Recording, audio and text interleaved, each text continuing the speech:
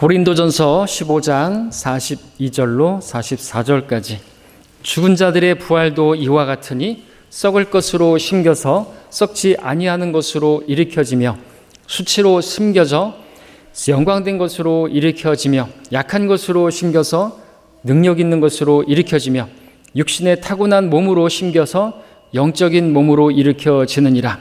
육신의 타고난 몸이 있고 또 영적인 몸이 있느니라. 말씀의 제목은 부활의 몸을 사모하자라는 제목이 되겠습니다. 부활의 몸을 사모하자.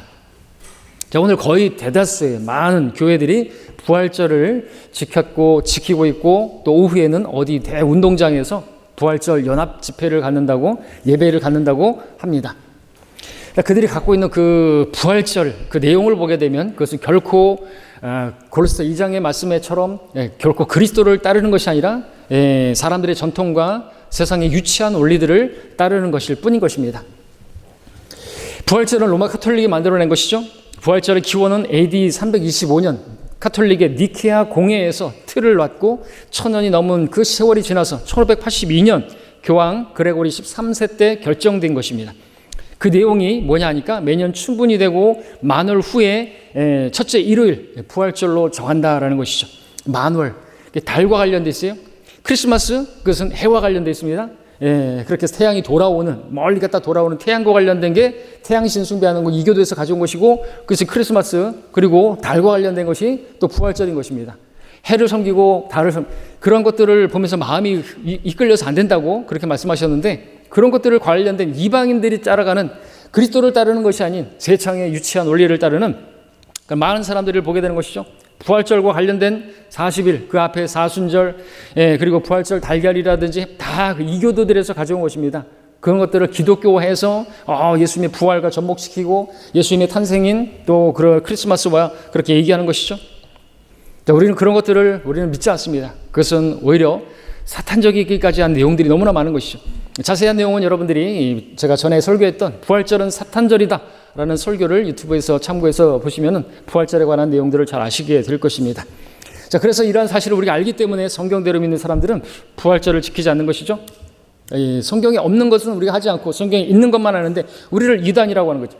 여러분들 중세시대 때 많은 성경대로 믿는 사람들이 성경대로 하겠다고, 세례가 아니고 침례를 받겠다고 그랬는데 많은 사람들이 마녀로 판단받고 마녀상을 종교 재판을 받고 마녀사냥 당한 것이 이단이라고, 오늘날도 우리 보고 이단이라고 하는 것이, 부활절 연합 예배 함께 하지 않는 저 배타적이고 자기들만 옳다고 하고 자기들만 잘 믿는다고 하는 그런 사랑이 없는 사람으로 그렇게 우리를 매도하고, 그렇게 뭐 성경을 가지고 우리가 얘기를 하고 막 얘기했는데 그런 얘기 안 하고 우리가 어떤 것들을 가지고 얘기하면서 2단이네 3단이네 하고 있는 그런 실정을 보게 되는 것이죠. 안타깝습니다. 소경이 소경을 인도하니 소경인데 우리가 이해를 할 수밖에 없는 것이죠. 자, 오늘 그럼에도 불구하고 이 부활을 주위에서 많이 얘기하는 이 시전에 우리가 부활에 관한 말씀을 오늘 그럼에도 보고자 하는 것이죠. 그래서 우리는 늘 부활에 관한 말씀, 또 예수님의 죽으심에 관한 말씀, 주의 만찬 때만 주님의 죽으심을 기억하는 건 아니죠. 우리 기도할 때도 또 찬양할 때도 거기에 주님의 죽으심이 있고 부활하심이 있고 또 주님의 재림이 있고, 그렇죠? 우리 항상 그 세 가지를 늘 기억하면서 주님을 잊지 않고 살아갑니다. 그럼에도 불구하고 우리가 이 부활에 관한 그 말씀, 너무나 우리에게 복된 우리 소망에 관한 말씀인데 이 시간에 말씀을 전하고자 하는 것입니다. 특별히 저는 이 부활에 관한 말씀을 전할 때 우리가 주님께서 오시게 되면 우리가 입게 될 그 몸에 관한 말씀을 전하고자 하는 것입니다. 혼에 관한, 영에 관한 그런 말씀이 아니라 몸에 관한 그런 설교가 되겠습니다. 자, 성경은 영과 혼 못지않게 이 몸에 관해서도 많이 말씀해 주고 계십니다. 주님께서 우리의 몸도 위하시는 분입니다. 우리의 몸을 위하시기 때문에 우리가 또 주님을 위할 수가 있는 것이죠. 여러분이 또 주님을 위한다고 한다면 주님께서 여러분들의 몸도 위해 주시는 것입니다. 자, 세상의 종교나 철학은요, 몸에 대해서 거의 다루지 않습니다. 영혼, 정신, 어떤 사상 이런 것들만을 다루죠. 왜냐하면 그들은요, 육체를, 그 몸을 부정하고 불결한 것으로 그렇게 보기 때문에 그렇습니다. 반면에 또 세상 학문, 교육은 영과 혼과 몸에 대해서는 거의 다루지 않고 몸에 대해서만 이야기를 하는 것이죠. 왜냐하면 그들은 영과 혼에 대해서는 모르고 온통 사람들이 관심하는 건 다 몸이에요. 몸. 여러분 거리를 가보십시오. 마트를 가보십시오. 다 몸과 관련된 것이죠. 다 먹을 거, 입는 거 이런 것들과 관련된 것이, 이제는 자기 몸도 이제는 안 되고 고양이 몸을 위해서, 개를 위해서, 개 몸을 위해서 옷까지 입혀주고 먹을 것을 먹여주고 그런 것들이라고 하죠. 육신과 관련해 다. 자, 그러나 성경은요, 영과 혼과 몸 모두에 관해서 말씀하고 계십니다. 영과 혼과 몸이 우리 주님께서 오실 때 책망받을 것 없이 보존되기를 또 바라시는 주님이십니다. 사람의 영에 대해서는 다시 거듭나야 한다고 말씀하고 계시고, 혼은 구원받아야 한다고 말씀하시고, 몸은 구속받아야 한다고, 변화되어야 한다고, 다른 무엇으로 안 된다고 그렇게 말씀해 주고 계십니다. 영이 거듭나고 혼이 구원받은 사람은 주님께서 오실 때 이 몸이 변화받게 될 것입니다. 주님께서 오실 때 죽은 자들은 부활의 몸을 입게 될 것이고, 그때 살아있는 성도들은 변화된 몸으로 그렇게 영광스러운 몸을 입게 될 것입니다. 눈 깜짝하는 순간에 변화를 받게 될 것입니다. 우리가 장차 변화되게 될 몸은 부활하게 될 그 성도들, 그리스도 안에서 잠든 성도들이나 또 그때 살아있는, 그래서 주님께서 말씀하신 것이죠. 나는 부활이요 생명이니 죽어도 살 것이요 살아있는 자는 영원히 죽지 않을 것이다. 여러분들은 그렇게 부활의 몸을 입는 것보다는 또 그렇게 생명의 몸, 죽지 않을 그런 몸을 입기를 소망하고 계시죠. 그래서 주님의 오심을 기다리고 있는 것 아닙니까? 주님께서 오시는 것이 우리의 소망인데, 주님, 나를 구원하신 그 주님이 소망이 되어야 되겠지만, 주님께서 오시면 또 우리를 위해서 주님께서 죽어주신, 생명을 주신 그 주님께서 우리에게 또 가져다 주실 너무나 놀라운 그러한 복이 있는 것입니다. 놀라운 것이 있는 것이죠. 그것은 오늘 주제로 말씀드리면 놀라운 몸, 부활의 몸, 영광스러운 몸을 우리에게 주시겠다고 하니까, 오늘 특별히 여러분들 가운데서 몸이 좀 어렵고 힘들고 고통 가운데 있고 여러분의 그 육신의 장막 가운데서 신음하고 계시는 분들이 있다면, 더욱더 오늘 말씀을 통해서 그 가운데서도 기뻐하시고 즐거워하시면서 주님 속히 오시옵소서 쉬지 말고 기도하시기를 바랍니다. 자, 오늘 그 몸을 부활의 몸이라 그렇게 통칭하겠습니다. 오늘 우리가 주님의 오심을 사모하는, 그 소망하는 이유 중에 하나는 그 부활의 몸을 입게 될 그 소망 때문이 아니겠습니까? 자, 근데 그 몸이 어떤 몸인지를 우리가 알아야지 소망하겠죠? 사모하겠죠? 모르는데 어떻게 사모하겠습니까? 소망이 못 될 것입니다. 자, 오늘 부활의 몸이 어떠한 몸인지 성경을 통해서 우리가 살펴보면서 우리가 그 부활을 또 주님의 오심을 우리가 더 구체적으로 실질적으로 사모하는, 소망하는 우리가 되기를 바라는 것입니다. 자, 그런데 지금 그것을 말씀드리기 전에, 우리가 입게 될 그 몸을 말씀드리기 전에 지금 현재 저와 여러분들이 입고 있는 이 몸에 대해서 먼저 말씀을 드리는 것이 필요하다 하겠습니다. 왜냐하면 현재 그 몸이 어떤 몸인지를 알 때 우리가 입게 될 그 부활의 몸이 얼마만큼 또 비교할 수 없는 것인지를 알 수 있는 것이죠. 현재 여러분의 몸은 어떤 몸이라고 여러분은 생각하십니까? 부활의 몸, 영광스러운 몸, 주님께서 입혀주실 그 몸을 여러분이 소망하지 않아도 될 만큼 훌륭하고 괜찮은 몸이라고 생각하십니까? 우리 젊은 청년들은 그렇게 생각할지 몰라도 성경의 증거를 들어보면 전혀 그렇지 않은 몸인 것이죠. 우리 청년들도 지금 뭐 감기 걸리고, 저는 감기 안 걸렸는데 누구는 감기 걸렸고, 지금 뭐 그런 거 아닙니까? 자, 우리 몸에 대해서 성경은 긍정적으로 말하고 있지 않습니다. 오히려 부정적으로 말하고 있죠. 이것은 철학자들이 그렇게 말하는 것 같은 그런 게 아니라, 그래서 그들도 그렇게 말할 수 있겠죠. 육신은 죄의 몸이고 죄에 사로잡혀 가는데 너무나 바람이 불면 낙엽이 날아가는 것처럼 우리 그 죄악들이 우리를 바람처럼 이끌어 갔나이다. 그렇게 그들도 알기 때문에 몸을 부정하게 여기고 철학자들도 그렇게 하겠지만, 성경은 그렇습니다. 부정적으로 말하고 있습니다. 우리 이 몸을 흙으로 하나님께서 만드셨기 때문에 이 흙으로 만들어진 질그릇과 같은 몸이라 정말 부서지기도 쉽고, 질그릇은 떨어지면 깨지기도 쉬운데 우리도 어디 떨어지면 깨지기 쉽잖아요. 뼈가 부러지기도 쉽고, 또 잔병, 여러 가지 어떤 것들에 시달리고 전염병에 쉽게 또 노출돼서 보이지도 않는 그 세균에 그냥 쓰러져 버리고 넘어져 버리는 그런 장막집이라고 성경 말씀하고 있습니다. 흙집이고 낡아지는 집이고 깨지기 쉬운 질그릇으로 그렇게 말씀하고 있는 것이죠. 또한 현재 우리 몸에 대해서 죽을 몸이고 썩을 몸이라고 성경 말씀하고 있습니다. 우리 고린도전서 펼쳐져 있으면 53절을 말씀을 보시면요, 53절에서 그리하여 이 썩을 몸이 반드시 썩지 아니할 몸을 입고 이 죽을 몸이 반드시 죽지 아니할 몸을 입으리라 말씀하고 있습니다. 현재 여러분의 몸은 죽을 몸이죠.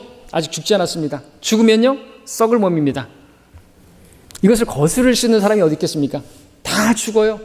다 죽어요. 여러분, 벚꽃이 이제 벌써 시들어버리고 떨어졌죠? 사람들에게 밟히고 그렇게 썩어버리고 그렇게 되는 거예요. 너무나 짧은 인생입니다. 그것을 거스르려고 하는 사람은 죽고 죽으면 썩게 되는데, 그래서 3일 만에 장사를 지내는 거예요. 왜?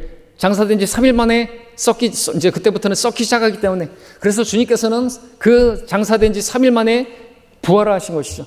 썩기 전에 부활하신 것입니다. 우리 주님은요, 하늘의 밀이 땅에 떨어져 죽으신 것이죠.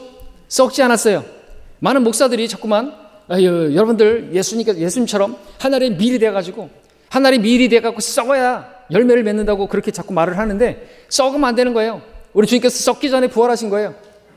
그래서 주님께서 주의 육신도 썩어짐을 보지 않고 그의 혼이 지옥에 버려지지 않냐고, 혼은 지옥에 완전히 버려지지 않고 그 육신도 썩어짐을 보지 않게 하시려고 사흘 만에 부활을 시키신 것이거든요.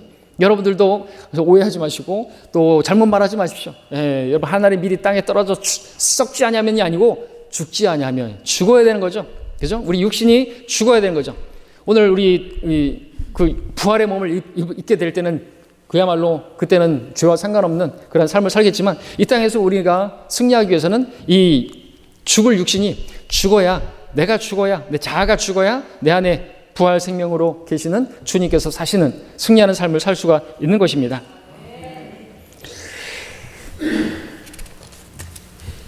자, 지금 이 53절에서는 현재 몸이 죽을 몸이고 죽게 되면 썩을 몸이라 말씀하고 있습니다. 누가 그 썩어짐에서, 그 속박에서 구원해낼 수 있는 것이, 인위적으로 그것을 거부하려고 하는 사람들이 있습니다. 가까이에는 저 북한의 김일성이 있죠. 그 김일성의 시체는 지금도 썩지 않고 있어요. 그 시체를 썩지 않게 보존하려고 그 시체 보관소를 짓는데 1조 2천억 원이 들었어요. 그리고 그 시체를 지금도 썩지 않게 보존하기 위해서 매달 10억씩 들어가고 있어요. 인민들은 굶어 죽어가고 있는데 말입니다. 영원한 영도자라니까 썩으면 안 되겠죠. 그런다고 해서 뭘 할 수 있나요? 자, 성경은 우리 몸, 현재 몸에 대해서 어떤 몸이라고 말하냐면 또 천한 몸이라고 말하고 있습니다. 동의가 되십니까? 빌립보서 3장 21절에 보니까 그가 만물을 자신에게 복종시키는 그 능력의 역사로 인하여 우리의 천한 몸을 그분의 영광스러운 몸같이 변모시키리라 말씀하고 있습니다. 네, 또 많은 개혁 성경에, 또 사탄의 잘못된 성경들에서는 이 천한 몸을 갖다가 사람들이 좀 듣기에 거북한지 또 가려운 길을 즐겁게 해줄 요량인지 낮은 몸이라고, NIV에서는 lowly body라고 이렇게 했습니다. 사람들이 듣기 싫은가요? 우리 몸은 그러나 이 성경에 말씀하시는, 킹제임스 성경에 말씀하시는 대로 천한 몸이지 낮은 몸이 아닌 것이에요. 영광스러운 몸같이 변모시키려, 영광스러움에 반대되는 게 낮은 게 아니라 천한 것이죠. 그래서 여러분들도 인정할 수 있어야 돼요. 지금의 내 몸이 아무리 여러분이 젊고 아름답고 건강하고 그렇다 할지라도 천한 몸인 거예요. 어디에 비하면 여러분이 입게 될, 주님께서 입혀주실 그 몸에 비하면 아주 천하다. 이게 정말로 아무것도 아니라는 거죠. 또 현재 우리 몸에 대해서 로마서 6장 6절에서는 죄의 몸이라고 말씀하고 있습니다. 죄의 몸. 마치 그 자석이 쇠붙이를 끌어들이듯이 우리가 어떤 죄의 환경만 놓이게 되면 아주 죄악이 나를 그렇게 사로잡아가는 그런 우리를 보지 않습니까? 죄의 욕구에, 욕심에 이끌리는 그런 몸이죠. 그래서 바울은 내가 내 몸을 억지하여 복종하게 함은 다른 사람들에게 전파한 후에 어떻게 해서든지 내 자신이 버림을 받지 않게 하렴이라 말했습니다. 자신의 그 육체를 복종시키지 않으면 그 바람이 이끄는 대로 바람만 불면 그렇게 죄악으로 달려가고 그렇게 살고 하면 하나님께서 버리신다 이거죠. 사역에서 버림당한다는 거죠. 하나님이 일을 할 수가 없다는 거죠. 네, 식욕도 절제하지 못해서 막 먹어대면 막 뚱뚱해지게 되면 사역을 못하는 그런 목사들이 많다고 럭커 목사님께서 주석에서 쓰고 계시는데, 그래서 버림당하는 거예요. 더 이상 하나님의 말씀을 전하지 못하는, 거리에서 복음을 전하지 못하는. 자, 이러한 육신을 우리가 어떻게 복종시킬 수가 있습니까? 성령의 지배를 받으면 되죠. 그래서 오직 성령으로 충만하라. 답이 그거예요. 성령으로 충만하지 않고서는 이 육신이요, 자꾸만 죄에게 사로잡아가는 계속해서 나를 보여주는 것입니다. 어쩔 수 없는 것입니다. 아무것도 아니에요, 우리는. 자, 그렇다면 이제 본론으로 들어가서 우리가 입게 될 그 부활의 몸, 영광스러운 그 몸, 휴거될 몸, 어떤 몸인지 이제 우리 알아보도록 하겠습니다. 이것을 알아보는 이유는 그것을 우리가 알 때, 와, 정말 놀라운 몸이구나. 그래서 그것을 소망하지 않겠습니까? 주님의 오심이 우리에게 진짜 소망, 산 소망이 되지 않겠습니까? 이 땅에서 여러분들 몸 그냥 좀 아프다고 해서 주님 목사님 기도해 주세요. 그래서 응답받았다고 해가지고 좋아하고 하나님께 영광을, 그것도 좋은데 여러분들 그 가운데서 신음하면서 오히려 더 주님의 오심을, 주님께서 오셨을 때 우리에게 입혀주실 그 몸을 사모한다면 여러분들이 그 약함 중에도 여러분이 그것이 강함이 될 수 있고, 그 약함 중에서도 여러분들 그 가운데서도 경건의 능력을 발휘할 수가 있게 되는 것입니다. 주님을 그 가운데서도 항상 기뻐할 수 있고요. 감사할 수가 있는 것입니다. 왜? 우리에게 이 복된 소망을 주셨기 때문에 우리가 붙들어야 할 소망을 붙들게 되면요. 어떤 환경에도 어떤 환난에도 우리는 기뻐할 수가 있는 것입니다. 자, 우리 35절을 보겠습니다. 15장, 고린도전서 15장 35절에 보시면 먼저 이렇게 말하는 사람들이 있죠. 우리 주위에도. 그러나 어떤 사람들이 말하기를 죽은 자들이 어떻게 일으켜지며 또 어떤 몸으로 오는가라고 그렇게 야지를 하는, 조롱하는 사람들이 있습니다. 부활을 이야기하면 이 불신자들이 충분히 이런 말을 우리가 하죠. 소위 지성 있는 사람들, 똑똑하다고 하는 사람들, 학자들, 교수들, 불신에 가득 찬 눈으로 우리에게도 도전합니다. 죽은 자들이 어떻게 살아나는데? 죽으면 끝이지. 무슨 하늘나라가 있어? 지옥이 어디 있어? 그들은 답을 알려고 질문하는 것이 아니라 야, 헛소리 하지 마라. 죽으면 끝이지. 죽으면 다 끝나는 것이지. 여호와의 증인들도 죽으면 소멸되는 것이지. 무슨 부활이 있고 무슨 하늘나라가 있냐? 무슨 지옥이 있느냐? 그건 비유다. 안 믿어요, 안 믿어. 하늘나라도 믿지 않고 지금 이 땅에서 왕국을 자기들이 건설하려고 하는 사람들이죠. 자, 그들은 부활이 자기들이 볼 때 비이성적이고 비논리적이고 비과학적이고 그렇기 때문에 믿지 않는 건, 그렇게 말하는 사람들이 우리 주위에도 너무나 많은데, 우리는 그들을 만날 때 그래도 알고자 하는 사람들에게, 그런 사람들을 만나게 되면 여러분들이 답변할 수 있어야 되잖아요. 여러분이 그것을 소망으로 삼고 있다고 한다면 여러분들이 가지고 있는 그 소망에 관한 이유를 묻는 사람들에게 답변할 것들을 준비하라고 베드로전서 3장 15절에서 말씀하고 있죠. 잠언에서는 너에게 보낸 그들에게 진리의 말씀을 전해주게 하려고 이 진리의 말씀을 너희에게 가르쳐 준 것이라고 말씀하고 있지 않습니까? 그래서 이 진리의 말씀을 우리가 올바로 또 잘 나누어서 공부하고, 그럴 때 우리가 주님 앞에 또 그 사람들 앞에서 부끄럼 당하지 않고 우리가 인정받는 하나님의 일꾼으로 그렇게 드러나게 되는 것이고, 하나님께서 그렇게 또 칭찬해 주시는 일꾼이 되어야 마땅한 것이죠. 자, 35절에 대한 사도 바울의 답변을 들어보십시오. 이제 36절에서 바울은 너무나 쉽고 너무나 분명하게 너무나 쉽게 부활의 몸에 대해서 답변을 해주는데, 먼저 뭐라고 말합니까? 36절에서 너 어리석은 자야, 내가 뿌린 씨가 죽지 않으면 살아나지 못하리라. 자, 부활을 믿을 수 없다는 사람에 대해서 먼저 어리석은 자야 라고 말하는 것이죠. 어리석은 자가 누굽니까? 하나님이 없다고 말하는 사람이고 부활도 없다고 말하는 사람들이 바로 어리석은 자인 것입니다. 왜 어리석은 것입니까? 왜 어리석은 것이? 이거는 부활에 관한 진리는요, 하나님께서 자연을 통해서도 일반 계시를 통해서도 보여주셨기 때문에 변명할 수가 없는 것이죠. 로마서 1장에서는 하나님께서 창조하신 그 창조물을 통해서 만들어진 것들에 의해서 하나님의 신격과 그분의 능력과 이런 것들까지도 다 계시되었기 때문에 변명할 수 없다고 했습니다. 사람들도 그래서 부활을 얘기하잖아요. 근데 우리가 부활을 얘기하면 말도 안 되는 소리 한다 그러고, 자기들은 오히려 윤회도 믿고 뭣도 믿으면서, 그렇죠? 개나 고양이로 태어나는 것도 믿고 계속해서 다시 태어나는 것도 믿고, 그러면서 우리 성경적 부활에 관해서는 이상한 소리를 하는 것입니다. 자, 바울은 의학이나 생물학이나 어떤 고등적인 지식, 전문적인 지식을 가지고 부활에 관한 진리를 설명하고 있지 않습니다. 너무나 쉬워요. 그렇기 때문에 이걸 믿지 않는 건 어리석은 것이죠. 네가 뿌린 씨가 죽지 않으면 살아나지 못하리라. 자연 계시죠? 모든 식물들 보십시오. 씨를 뿌리면 어떻게 됩니까? 우리 농사를 지으신 분은 너무나 잘 알죠? 죽죠? 그리고 이제 나오지 않습니까? 살아나지 않습니까? 땅에 씨를 뿌리고 그 씨가 죽으면 다시 살아나는 것입니다. 뿌린 것이 죽지 않으면 살아나지 못하는 것이죠.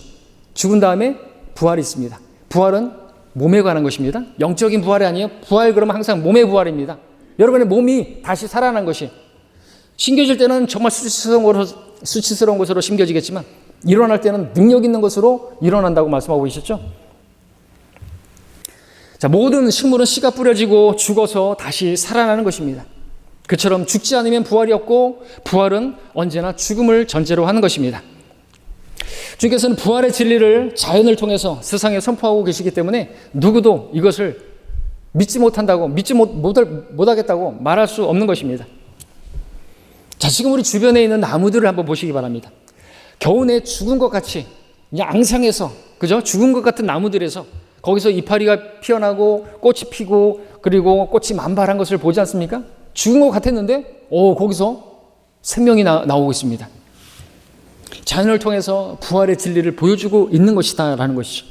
자, 근데 이 가짜 교회들이 로마 카톨릭이 부활절을 바로 이 시기에 끼워 넣은 것이죠. 꽃이 피는 봄의 이 시기에 말입니다. 여러분, 예수님의 탄생일이 12월 25일입니까? 아니죠. 근데 그게 맞다고 한다면요, 부활절은 언제가 돼야 되니까 6월 25일이 돼야 되는 거죠. 6월 25일로 해야죠. 매 해마다 바뀌고 부활절 날짜가 얼마나 외우기 쉬워요. 우리나라 같은 경우 6.25인데 또 공휴일까지 정하면 부활절 지키기 얼마나 좋을까요? 아닌 것입니다. 그런데 이렇게 정말 사람들의 유치한 세상의 원리를 따라서 꽃이 피고 이런 것들을 보면서 부활을 보니까, 그러니까 그것을 통해서 그걸 갖다 끼워 맞추면서 부활을, 그래서 예수님도 부활했다고 하면서 부활절을 지금 지키고 있는 것이죠. 그것은 참으로 사람의 전통이고, 세상의 유치한 원리들을 따르는 것이다 라고 말씀하고 있는 거죠. 정말 유치하지 않습니까? 자, 성경에 따르면 죽음이라는 것은요, 모든 것이 끝나는 것이 아니라 부활의 첫 관문이고, 부활을 위한 필수 과정인 것입니다. 죽으면 끝이라고 생각하는 사람들은 씨 뿌리는 자의 그 농부에게로 가서 배워야만 하는 것이죠. 오늘날 많은 사람들이 회색 도시, 그 도시에서 아파트에서 살고 보도블록을 걷고 그런 일하고 흙과 접촉이 없어서 그런지 더 불신으로 가는, 어떤 자연 계시를 받는 데 있어서 조명을 받지 못하는 그런 상황에 있죠. 그래서 우리가 시골에서 복음을 전하면 할머니들 같은 경우는 너무나 쉽게 잘 받아들이는 그런 부분인데, 비를 내려주지 않으면 아무것도 안 되는 거잖아. 근데 도시에 사는 사람일수록 완악한 이유가 거기에 있는 것입니다. 하나님께서는 자연을 통해서 계시하시고 계시는 부분이 있기 때문에. 요한복음 15장 1절에서는 나의 아버지는 농부시라 말씀하고 계십니다. 사람들은 들에 자라난 풀과 꽃들과 과실들을 보고서 배워야 됩니다. 자, 어떤 씨는요, 땅에 씨가 떨어지면요, 며칠 만에 살아나기도 하죠. 어떤 씨는요, 뿌린 지 몇 달이 지나야 나는 것도 있고, 몇 년이 지나서 그렇게 살아나는 것도 있는 것입니다. 왜냐하면 기온과 그 수분이 맞지 않으면 오래 지나도 그렇게 살아나기가 어렵고, 땅속에 계속해서 묻혀 있을 뿐 습기도 있어야 되고 하기 때문에 그렇죠. 살아날 수 있는 모든 조건이 충족될 때야 싹을 틔우고 그리고 살아나게 되는 것입니다. 그와 같이 사람도 죽으면 그 몸이 땅에 묻히게 되고요. 묻힌 지 어떤 사람은요, 아주 오래 묻혀 있다가 다시 부활하는 것입니다. 어떤 사람들은 2000년 넘게 묻혀 있는 사람도 있을 것이고, 어떤 사람들은 1000년, 어떤 사람들은 몇 년, 어떤 사람들은 며칠 만에 다시 살아나는 사람도 있겠죠. 언제입니까? 그때가 주님께서 이제 일어나라, 잠자는 자여 깨어라. 주님의 한마디면 다 일어나는 것입니다. 무덤이 열리고 잠자던 모든 성도들이 일어나게 되는 것이죠. 그 일을 일으키는 조건은 주님의 음성 한마디면 되는 것입니다. 나사로도 그 무덤에 갇혔을 때 죽은 지 나흘이 됐어요. 하루 이틀 사흘이면 이제 아직까지는 썩지 않는데, 나흘이 됐으니까 썩으니까 냄새가 난다고 마르다가 말했지 않습니까? 나흘이 됐는데도 불구하고 그 썩을 몸도 썩지 않을 몸으로 일으켜지는 거예요. 주님 오시면 이미 먼저 돌아가신 썩은 몸들이 썩지 않을 몸으로 바뀌고, 우리는요, 살아있는 우리들이 죽을 몸인데 죽지 않을 몸으로 갈아입혀지게 되는 것입니다. 영원히 죽지 않는 몸을 입게 되는 것이에요. 나사로에게 주님께서 다른 말씀 안 하셨습니다. 나사로야 나오너라 라고 말씀하시자 그가 나왔다라고 하는 것이죠. 일으켜진 것입니다. 보여주신 것이죠. 우리도 나오게 될 것입니다.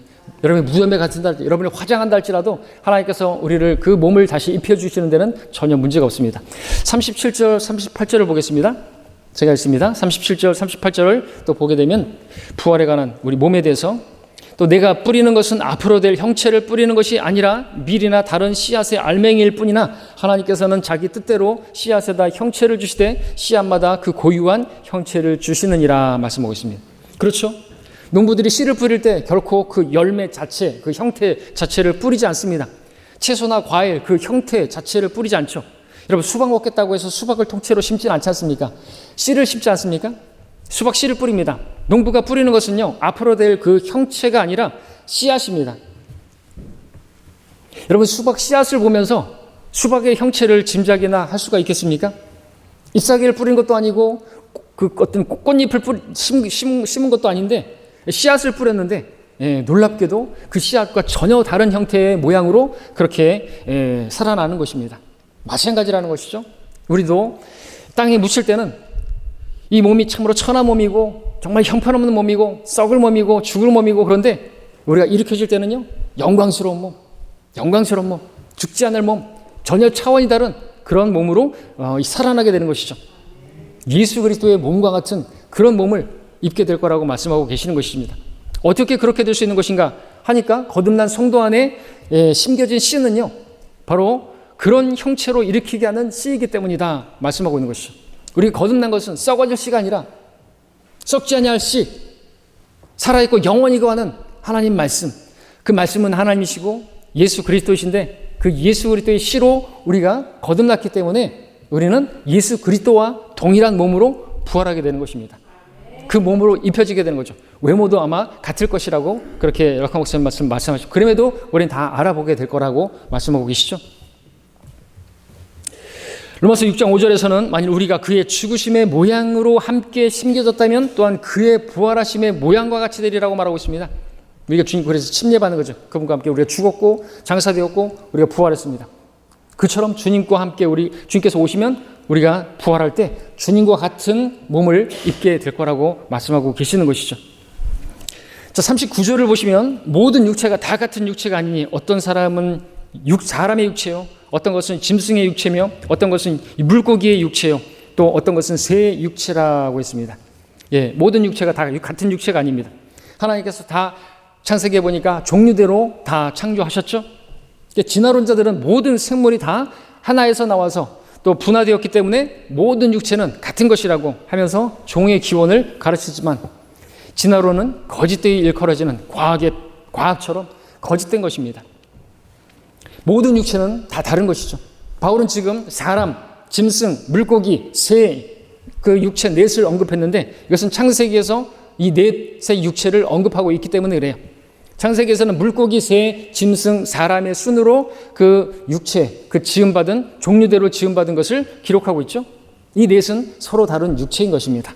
종이 다르기 때문에 세월이 지난다고 해서 원숭이는 원숭이고 사람은 사람인 거예요. 진화론이 맞다고 한다면 원숭이와 사람 사이에 중간 단계에 있어야 되는 게 있어야 되는 거예요. 종이 다르기 때문에 그런 중간 개체가 없으니까, 중간 연결고리가 없기 때문에 진화론은 허구라는 것이에요. 자, 40절에서 보겠습니다. 또한 하늘에 속한 몸들이 있고 땅에 속한 몸들도 있으나 하늘에 속한 것들의 영광이 다르고 땅에 속한 것들의 영광이 다르니라. 아주 중요한 두 개의 몸을 또 말씀하고 있습니다. 먼저 하늘에 속한 몸들이 나오고 있습니다. 하늘에 속한 몸들이다.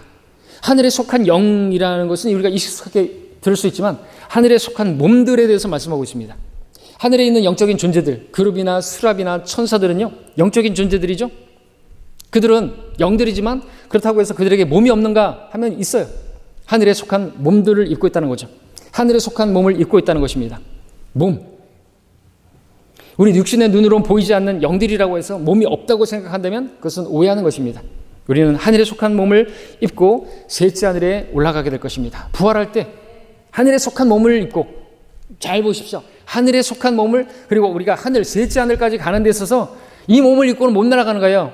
이 몸을 입고는 못 가요. 이걸 모르니까, 믿지 않으니까, 여러분 신천지라든지 여호와의 증인이라든지 이 부활을 믿지 않나요?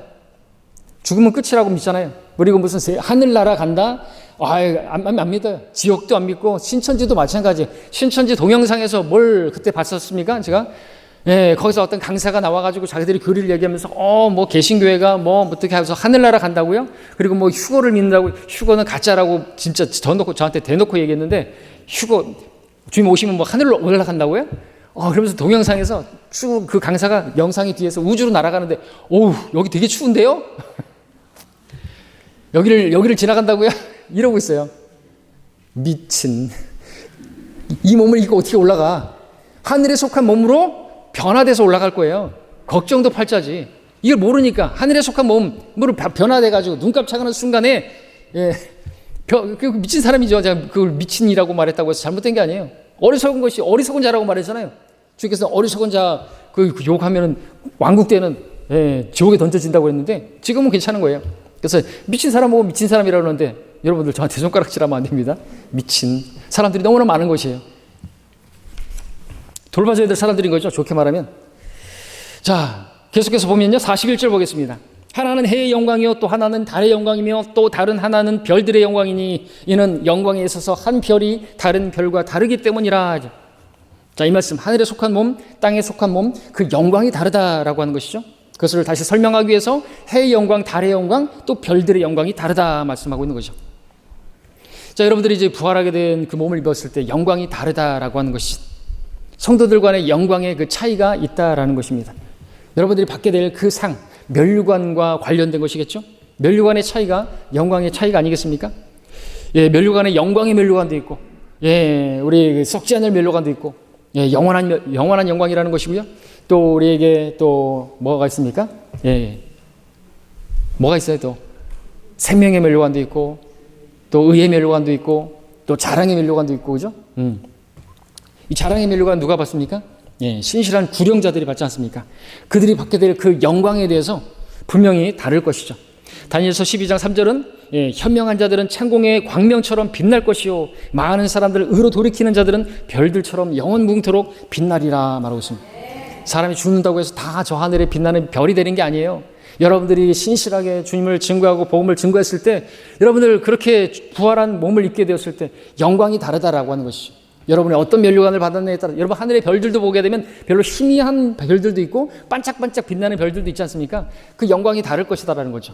여러분들이 구령자로서 복음을 증거하고 어떤 사람들은 그냥 이 땅에서 빛의 역할을 안 했기 때문에 빛나지가 않는 거예요. 면류관도 없어요. 육신을 위해서 살았기 때문에 그리스도 십자석에서 그냥 썩을 것들 그냥 다 불타버릴 육신을 위해서 살았기 때문에 나무나 짚이나 구루터기로 그렇게 다 홀라당 불에 타버리고 남는 것이 하나도 없게 되는 것이죠. 자, 우리 이 42절도 보게 되면 이제 계속해서 우리 몸이 어떤 몸인가 보는 것입니다. 죽은 자들의 부활도 이와 같으니 썩을 것으로 심겨서 썩지 아니하는 것으로 일으켜지며 라고 말하고 있습니다. 바울은 지금까지 죽은 자들의 부활이 마치 땅에 뿌려진 씨앗과 같다고 그렇게 설명하는 거예요. 이해하기가 어렵습니까? 하나도 이해하기가 어렵지 않은 거예요. 어린아이들도 이해할 수 있고 믿을 수 있어요. 다 이해할 수 있잖아요. 그죠? 이 부활의 진리는 그렇게 이해하는데 어려움이 없기 때문에 믿기도 어렵지가 않은 것이에요. 그런데 믿지 않겠다고 하는 사람들은 마음이 틀려먹은 것이죠. 바울은 부활에 대한 질문했던 이들에게 간단하게 죽은 자들의 부활도 이와 같다. 자연을 통해서 식물을 통해서 보여주고 있다는 것입니다. 얼마나 쉽습니까? 바울은 무슨 전문적인 어떤 의학 용어라든지 여러분 의사들 같은 경우에는 굳이 막 어려운 얘기를 하면서 그냥 감기다 그러면 될 거 가지고 뭐 이렇게 어렵게 설명을 하잖아요. 그죠? 막 영어를 써가면서 전문 용어를 들어가면서 그냥 며칠 쉬면 됩니다. 근데 한의학 쪽에서는 좀 쉽게 설명하는 것 같아요. 기력이 떨어져서 그래요. 허증이에요. 좀 잘 드시면 돼요. 이러면 설명하면 되는데 왜 이렇게 어려운 설명을 하는 거예요? 근데 바울은 그렇게 어렵게 설명하지 않아요. 그죠? 이 성경도 코인의 헬라어로 기록해 있잖아요. 시장에서 사용하는 언어로 사람들 어린아이들도 주님께서 어린아이들도 오는 것을 기뻐하시고 그들에게도 진리를 가르쳐. 그러니까 쉬워야 되는 거죠. 그래서 비유를 사용하시고 자연을 통해서 보여주시고 바울도 지금 그것을 배워서 자연을 보라 이죠. 부활의 몸도 이와 같다는 거예요. 어려운 게 있습니까? 믿지 못할 것도 없고 믿기 어려운 것도 아니고 누구나 믿을 수 있는 거예요. 깨닫는 자에게는 쉬운 것입니다. 자, 계속해서 이와 같으니라는 설명으로 그냥 결론 내버리죠. 43절도 보겠습니다. 수치로 심겨져 영광된 것으로 일으켜지며 약한 것으로 심겨서 능력 있는 것으로 일으켜지며 우리 몸은요. 앞서 말씀드렸던 것처럼 천한 몸, 죄의 몸, 거기다가 또 여기서는 수치스러운 몸, 거기다 약하기까지 한 몸이다 라고 하는 거죠. 정말로 약하지 않습니까? 강한 척하지만 보디빌딩 하지만 코로나에도 그냥 가버리는 그리고 정말로 또 수치스러운 안 수치스럽다고요? 근데 이거 수치도 이제는 수치스럽지 않은 사람들은 그냥 뭐 누드족 막 그러지만은 벗겨나 보십시오. 수치스러워가지고 어디론가로 도망가지 않습니까? 자기들이 아는 거예요. 약하기까지 하고 수치스럽습니다. 자, 그렇지만 이 수치스러운 것이지만 그렇게 심겨지지만 결국에는 또 사람이 돌아가실 때 이제 나이 들수록 어떻습니까? 몸이 막 주름이 생기고 쭈글쭈글해지고 막 그러면서 그죠? 그렇게 보기에 흠모할 만한 아름다움이 없는 그런 가운데서 심겨지잖아요. 수치스러운 것으로 심겨지잖아요. 그러나 영광된 것으로 이제 일어나게 된다는 거죠. 33세 반의 나이로 그렇게 남성으로 변화되는 거예요. 어떤 최근에 성도가 이제 유튜브 보고 저한테 연락을 해가지고 그 부활할 때 뭐 33세 반 얘기하는데 도대체 그게 무슨 뜻이고 그걸 근거를 해요. 예수님이 부활하실 때 그렇게 그러니까 다 하나님께서 그렇게 다 그런 동일한 몸을 입혀주실 것이다. 그런 게 아니라고 한다면 우리 형제님, 자매님, 나이 드신 분들은 그 몸 그대로 영원을 산다고 하면은 불공평하잖아요. 그죠? 우리 아이들은 저 몸으로 계속 영원히 산다고? 불공평하잖아요. 아니에요. 하나님께서는 33세 반 주님께서 부활하셨을 때 그 동일한 몸, 그분 그대로 우리가 하나님의 아들들이라 그분이 오시면 그분 그대로 그분과 동일한 몸을 입고 그 부활하신 몸과 같이 그대로 부활해서 그리고 살아가는 것이에요. 33세 얼마나 가장 완벽한 나이고, 그죠? 그대로 간다는 것이죠. 자, 지금 우리의 몸은 참으로 수치스럽고 또 능력도 없습니다. 근데 약한 것으로 심겨지지만 죽을 때는 정말 약한 몸으로 이렇게 죽지만 능력 있는 것으로 일으켜지는 것이죠. 대단한 능력입니다. 어떻게 그럴 수 있는 것인가? 씨가 다르기 때문이죠. 씨가. 지금 우리는 육신의 몸, 땅에 속한 몸을 입고 있는데 지금은 우리가 아담의 씨로 그렇게 심겨졌기 때문에 우리 씨가 김씨, 씨, 최씨, 박씨, 문씨, 정씨 뭐 많이 있지만 다 아담의 씨입니다. 근데 그런 우리가 이제 예수 그리스도의 씨로 거듭났기 때문에 우리가 일으켜질 때는 예수 그리스도와 동일한 그러한 수치스럽지 않고 영광스러운 약하지 않은 능력 있는 몸으로 일으켜지게 되는 것입니다. 또 44절도 보게 되면 육신의 타고난 몸으로 심겨져서 영적인 몸으로 일으켜지느니라. 육신의 타고난 몸이 있고 또 영적인 몸이 있느니라 말씀하고 있습니다. 영적인 몸. 영으로 되는 게 아니라 영적인 몸이 있는 것이고 그것이 부활을 말하는 것입니다. 여러분, 영은 살과 뼈가 없죠? 그러나 영적인 몸은 살과 뼈가 있는 것이죠. 주님께서 말씀하셨습니다. 우리 함께 찾아보겠습니다. 누가복음 24장 39절 말씀을 보겠습니다. 누가복음 24장 39절에 보시면요, 주님께서 이렇게 말씀하셨죠. 누가복음 24장 39절. 문을 닫으셔야 되겠다.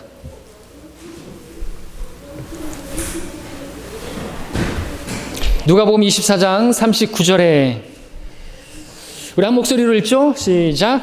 나의 손과 나의 발을 보라. 바로 나니라. 나를 만져보라. 영은 살과 뼈가 없지만 너희가 보는 바와 같이 나는 있느니라고 하시고, 이러한 주님의 몸과 같은, 주님과 같은 몸을 우리가 입게 되는 것이죠. 만질 수도 있는 것입니다. 먹을 수도 있는 것입니다. 여러분들 저 하늘나라 가면 먹을 것도 안 먹고, 아니에요. 먹을 수도 있어요. 먹는 즐거움도 하나님께서 허락해 주시는 것이죠. 자, 그렇다면 이제 주님께서 부활하셨을 때 그 몸을 우리가 입게 될 거라고 하는데 그 몸이 어떠한 몸인지 또 우리 주님의 부활하신 몸을 통해서 알아보도록 하겠습니다. 자, 누가복음 24장 39절에서는 주님께서 부활하신 후에도 몸을 입고 있음을 말씀하고 계시는데 37절에 보면 제자들은 자신들이 영을 보고 있는 줄 생각하고 두려워했죠. 근데 예수님께서는 그들에게 영은 살과 뼈가 없지만 나는 있느니라 그러면서 나를 만져보라 하셨습니다. 왜냐하면 영은 살과 뼈가 없지만 부활하신 주님의 몸에는 몸을 가졌기 때문에, 몸이 있기 때문에, 이 몸이 바로 우리가 고린도전서에서 봤던 그 영적인 몸, 하늘에 속한 몸, 영광스러운 몸, 능력의 몸인 것이죠. 그 능력의 몸, 얼마나 능력 있는 것인가 이제 또 우리 주님의 몸을 통해서 보겠습니다. 부활의 몸, 여러분들이 입게 될 몸이고 예수님의 몸과 동일한 몸인데 그 몸은요, 시 공간을 초월하는 몸입니다. 24장 31절을 보십시오. 주님께서 엠마오의 그 두 제자 함께 식사를 하시는 중에 그들이 주님을 알아보니까 그들의 시야에서 사라지셨다 말씀하고 있죠. 주님께서 갑자기 그들 뒤에 어떤 울타리에 숨으신 것이 아니고 어디 벽장 속에 숨으신 것이 아니라 그들이 보는 데서 갑자기 사라지신 거예요. 뿅 하고. 믿지 못할 것입니까? 영화나 만화나 보면은 막 그렇게 갑자기 사라지잖아요. 그죠? 많이 봤기 때문에 우리가 어떻게 사라지는 이해하지 못할 것도 아니죠? 다 성경에서 흉내내는 것입니다. 성경에서 봤기 때문에 그런 영화도 만들고 만화책도 만들고 하는 것이죠. 자, 주님께서 사라지셨다가 후에 제자들에게 그들이 모인 곳에 나타나는데 그들이 두려워했습니다. 우리 함께 요한복음 가서 보겠습니다. 요한복음 20장에 가서 보시면 왜 두려워했는 것인가? 예수님 보면서 영을 보고 있다고 생각을 했는데 왜 그런 것인가이죠. 주님께서도 여기서도 영은 살과 뼈가 없지만 나는 있느니라, 몸을 입었는데 보이는데 두려워했어요. 사라지셨다가 또 나타나시는데 왜 예수님을 보고 두려워했던 것인가? 왜 예수님을 보면서 영을 보고 있다고 생각했던 것인가? 요한복음 20장 19절을 읽으면 함께 읽겠습니다. 시작. 그리하여 그 주의 첫날 그날 저녁에 제자들이 모인 곳에는 유대인들을 두려워하여 문들이 잠겨 있었는데 예수께서 오셔서 그 가운데 서서 그들에게 말씀하시기를 너희에게 평강이 있으라고 하시더라. 자, 26절은 제가 읽겠습니다. 8일 후에 제자들이 다시 집안에 있었는데 도마도 그들과 함께 있더라. 문이 잠겼는데 예수께서 오셔서 한가운데 서서 말씀하시기를 너희에게 평강이 있으라 하셨습니다. 지금 읽었던 이 두 구절에서 동일하게 발견되는 건 뭐냐니까 유대인들이 두려워서 숨어 있는데 어떻게 숨어 있었냐니까 꽁꽁 숨어 있었던 것이죠. 문들을 잠궈뒀다고 그 19절에서 문들이 잠겨 있었다라고 했죠. 그리고 26절에서도 문이 잠겨 있었는데 근데 주님께서 그 가운데 그들 서 계시는 것이, 그러니까 두려운 것이죠. 문이 분명히 잠겼고 문들이라고 했으니까 이건 겹겹이 꽁꽁 그렇게 잠궈놓고 누구도 들어올 수 없게 만들어놨는데 주님께서 그 가운데 딱 서신 거예요. 얼마나 기겁하겠어요. 영이 아니고서야. 그래서 영인 줄 알고 착각했던 거예요. 그러니까 아니라고. 영은 살과 뼈가 없지만 나는 있는 것이다. 네가 보이는 것이다 이거죠. 여러분, 우리가 그래서 말씀드리는 거예요. 주님께서 오시면 우리가 입게 될 그 몸은요, 영광스러운 능력의 몸인데 어떤 능력이냐니까 시 공간을 초월하는 어떤 것도 우리를 막지 못하는 거예요. 여러분, 이 시간에 예배를 드리다가 주님께서 이리 올라오너라 그러다가 우리가 이 몸을 입고 올라가면 저기 부딪히잖아요. 근데 변화된 몸, 하늘에 속한 몸을 입게 되면요, 그냥 통과하는 거예요. 그때는 통과할 수 있단 말이죠. 지금은 우리가 농담 삼아가 아니라 실제로 나갈 때 문 닫고 나가라고 말하잖아요. 문 닫고 못 나가요. 어떻게 문 닫고 나갑니까? 문을 열고 나가야죠. 근데 우리는 부활의 몸을 입게 되면 문을 닫고 나갈 수가 있어요. 그때는 진짜로. 어떤 선교사가 그랬잖아요. 문 닫고 나가라 했더니 아직 나는 부활의 몸을 입지 않았습니다. 부활을 믿는 선교사잖아요. 우리는 문 닫고 나갈 수 있어요. 어떤 것도 우리를 막을 수는 없다는 것이죠. 정말로 능력 있는 그러한 몸인 것입니다. 자, 시공간의 초월을 제약을 받지 않는 몸, 거기다가 또 어느 정도로 우리는 지구뿐만 아니라 우주까지도 제약을 받지 않고 그렇게 날아갈 수 있는 우주 여행도 가능한 그런 몸을 입게 되는 것입니다. 주님께서 그것을 보여주셨죠? 요한복음 20장 펼쳐져 있습니다. 16절을 보시면 여러분 읽어주십시오. 시작.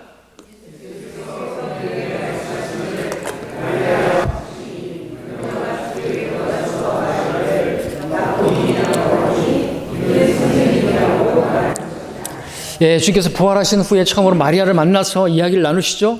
그런데 17절에 보니까 주님께서 마리아에게 그녀에게 말씀하시기를 나를 만지지 말라. 내가 아직 나의 아버지께로 올라가지 아니하였노라. 그러나 내 형제들에게 가서 내가 나의 아버지 곧 너희 아버지 또 나의 하나님 곧 너희 하나님께로 올라간다고 말하라 하시니. 자, 주님께서 부활하신 아침에 마리아에게 지금 얼마나 반가워요. 그러니까 이 마리아가 주님을 만지려고 했던 것이겠죠. 그러니까 만지지 말라고, 내가 아버지께로 지금 아직 올라가지 않았다고. 그것이 이루어져야지 완전한 또 그 사역이 이제 이루어지는 것이기 때문에 아버지께서 계신 곳 어디입니까? 셋째 하늘이에요. 셋째 하늘, 우주를 뛰어넘는, 세상에서 말하는 1000억 광년이 넘는 그러한 먼 거리를. 근데 19절에 보니까 그 주의 첫날에 주님께서 부활하셨는데 그날 저녁에 라고 말씀하고 계시는 것이죠. 주님께서 제자들에게 나타나셨고 그때부터 이제 우리 아까 읽었던 것처럼 몸을 만져보라고, 도마에게도 또 8일 후에 만져보라고 말씀하신 것입니다. 무엇을 봅니까? 주님께서 그 사이에 그 주의 첫날에 그날에 부활하셨는데 그날에 만져보라고, 만지지 마라, 아버지께 올라가지 않았다, 만져라, 난 갔다 왔다는 얘기거든요. 뭘 말합니까? 예, 그 우주 천억 광의 빛의 속도보다도 더 빠른 속도로 주님께서는 갔다 오신 거예요. 시 공간의 초월하는 그러한 몸을 주님께서 보여주고 계시죠. 부활의 몸이 그렇다는 것이고, 저와 여러분들도 주님께서 오실 때 입혀주실 그 몸은요, 우주여행도 시간 상관없습니다. 우리 미국 한번 갈라 해도 막 엄청나게 시간 걸리고 그러지 않습니까? 반나절을 가대야 되고 피곤하고 그러잖아요. 그냥 우리는 딱 어떻게 보면 슝 가는 거예요. 그냥.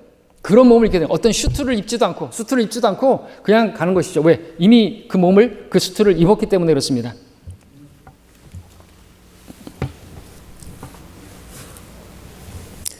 자, 우주여행 하는데 얼마나 많이 돈이 지불되어야 되는지 아시죠? 근데 우리는 그 우주여행을 공짜로 합니다. 값없이. 저는 이런 말씀들을 때문인가요? 저는 여행을 별로 관심 없어요. 해외여행 관심 없습니다. 저는 제주도도 한번 안 가봤습니다. 어쩔 수 없이 LA 그 성경침례교에서 추천해서 한번 갔지만, 그 외에는 그렇게 여행을, 어떤 목사는 뭐 매달마다 한 달에 2번씩 해외여행 간다고 청사교회, 맞죠? 그런데 그런 목사하고 저하고는 다른 것이죠. 왜? 성경이 다르니까. 우리가 믿는 게 다르고 소망이 다르기 때문에 무슨 여행하고 저는 그런 게 관심 없어요. 왜? 부활의 몸을 입게 되면요, 그냥 비행기 안 타고 뭐 안 해도 막 여기저기를 다닐 수가 있기 때문에 그렇죠. 가고 싶은 대로 다 갈 수 있는 것이죠. 그리고 그때는 이 땅도 에덴같이 변화됐기 때문에 지금은 땅이 저주받은 상태에서 우리가 보더라도 처음에 하나님께서 땅을 창조했을 때 그 모습과 다른 것입니다. 더 좋은 것을 보게 되고 우리가 상상도 할 수 없는 그러한 것들을 보게 될 것이고, 우리는 그런 몸도 마찬가지입니다. 주께서 사랑하시는 자들에게 우리 눈으로 본 적도 없고 귀로 들은 적도 없고 인간의 마음에 들어와 본 적도 없는 우리가 상상하는 그 이상의 것들을 우리가 보게 될 것이고 입게 될 것입니다. 어떻게 그것이 가능한 것인가? 값없이 우리가 우주여행도 뭐 엄청나게 대가를 지불해도 우리는 값없이 공짜로 그렇게 돈 없이 여행할 수가 있는데, 왜냐하면 우리는 돈 없이 값없이 은혜로 구원을 받았기 때문에, 그리고 그렇게 은혜로 구원받은 성도들에게 값없이 돈 없이 하나님께서는 뭐 슈퍼맨, 뭐 스파이더맨, 무슨 아이언맨 이런 슈트에 비할 수 없는 그와 같은 그런 영광스러운 몸을 값없이 돈 없이 공짜로 입혀주신답니다. 그 몸을 주님께서 오실 때 여러분에게 입혀주실 것인데, 그냥 이 땅에서 그냥 조금 더 건강하게 해주시고 이 병 좀 낫게 해주시고 이것만 바랄 게 아니라는 것이죠. 그 날을 소망해야 된다 이거죠. 그 몸을 입혀주실 그 주님의 오심을 소망해야 된다고 말씀하시는 것이죠. 자, 이제 그 주님을 소망하지 않겠습니까? 그 부활의 몸이 소망이 되지 않겠습니까? 그렇다고 한다면 다시 한번 여러분들에게 이제 정리해 드리겠습니다. 여러분의 지금의 몸과 비교해 드릴 테니까 다시 한번 정리해 보십시오. 지금 우리의 몸은 육신의 몸, 죽을 몸입니다. 그러나 부활의 몸은 죽지 않을 몸입니다. 육신의 몸은 썩을 몸입니다. 부활의 몸은 썩지 않을 몸입니다. 육신의 몸 선한 몸입니다. 부활의 몸 영광스러운 몸입니다. 육신의 몸 약한 몸입니다. 부활의 몸 능력의 몸입니다. 육신의 몸 땅에 속한 몸입니다. 부활의 몸 하늘에 속한 몸입니다. 육신의 몸 죄의 몸입니다. 부활의 몸 죄와 전혀 상관없는 몸입니다. 육신의 몸 아담의 씨에서 나온 것입니다. 부활의 몸 예수 그리스도의 씨에서 나온 것입니다. 육신의 몸 흙으로 지어진 것입니다. 부활의 몸 하나님께서 지으신 것입니다. 육신의 몸 임시 거처입니다. 장막과 같은 것입니다. 우리 부활의 몸 영원한 집입니다. 주님께서 부활하셨을 때 그 영광스러운 몸으로 우리는 그 몸을 입고 영원히 살게 될 것입니다.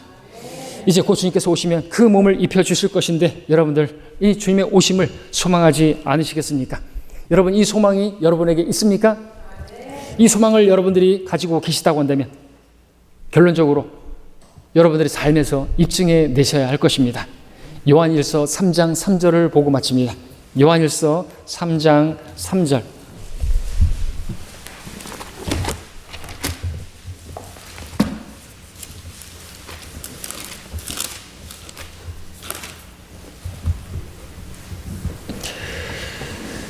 자, 2절도 읽겠습니다. 2절 제가 읽고요. 3절 한 목소리로 읽겠습니다. 3장 요한일서 3장 2절 3절.